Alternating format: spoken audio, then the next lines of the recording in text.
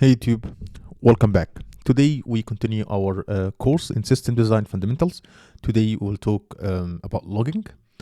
And in term, if you want to talk about logging, let's imagine that we have this distributed system. Let's just go through a quick review of what the system is doing.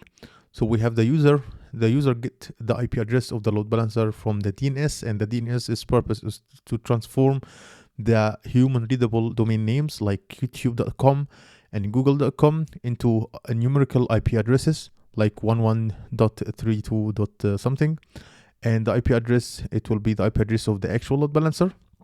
We have the CDN here. We store the static content like images, videos, JavaScript scripts and CSS and HTML files on the CDN. So we make sure that we have better performance for the user. The load balancer distribute all the incoming requests across the web servers and also across multiple data centers. Let's assume that we have data centers, and this is data center for the US.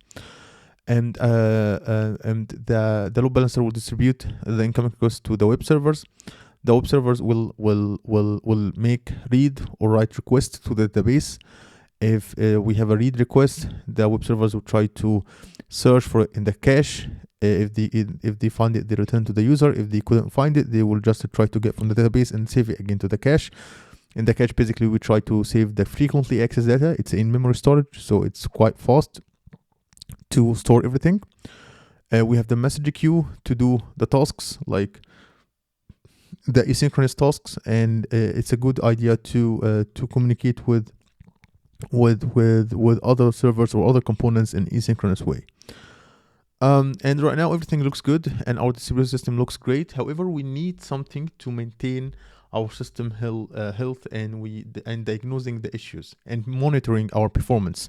So we use something called monitoring. We use something called logging. Let's just do it here. We will have logging, and I just want to make sure that it's and it's like that, and it's really small. So let's talk about logging, because it's a quite important component, and in my opinion, it's a crucial component. So logging in the distributed system is a crucial aspect of maintaining system health, diagnosing issues, monitoring performance, and ensuring overall reliability. Distributed system often involved multiple interconnected components running on different mechanisms or even across different data centers, as such as logging in distributed system presents some unique challenges. And let's just talk about these challenges, but let's just recap again. So basically, logging, like we use the logging to monitoring error logs in like monitoring little logs. Error logs is important because it keeps it helps to identify errors and problems in the system.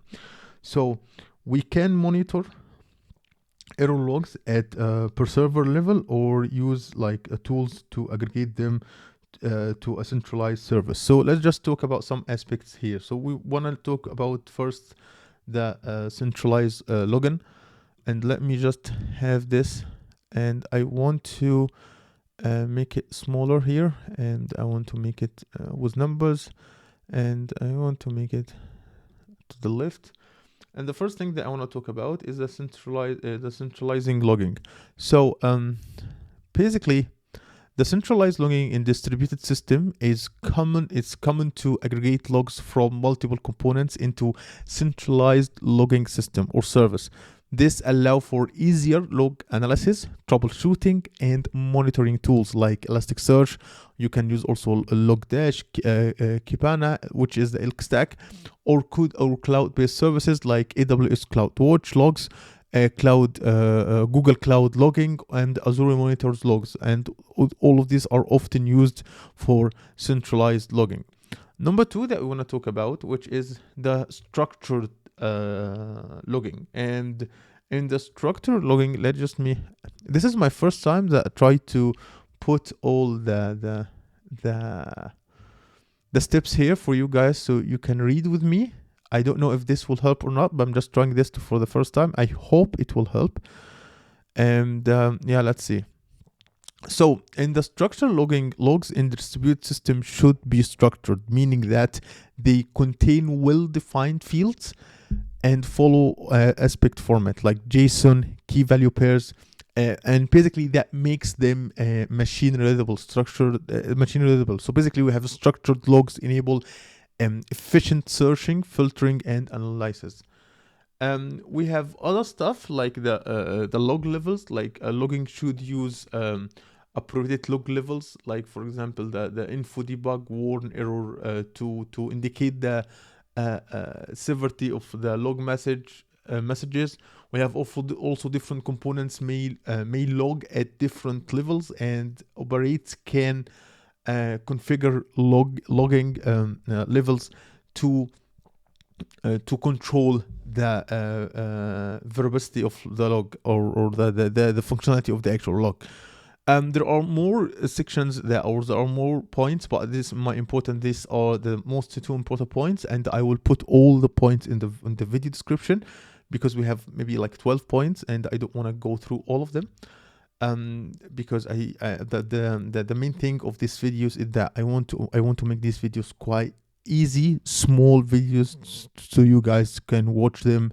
And yeah, and that's it. So that's it for today's video, and I hope you like my content. If you like my content, make sure to subscribe and hit the notification bell so you'll never miss a video, and see you guys in future problems.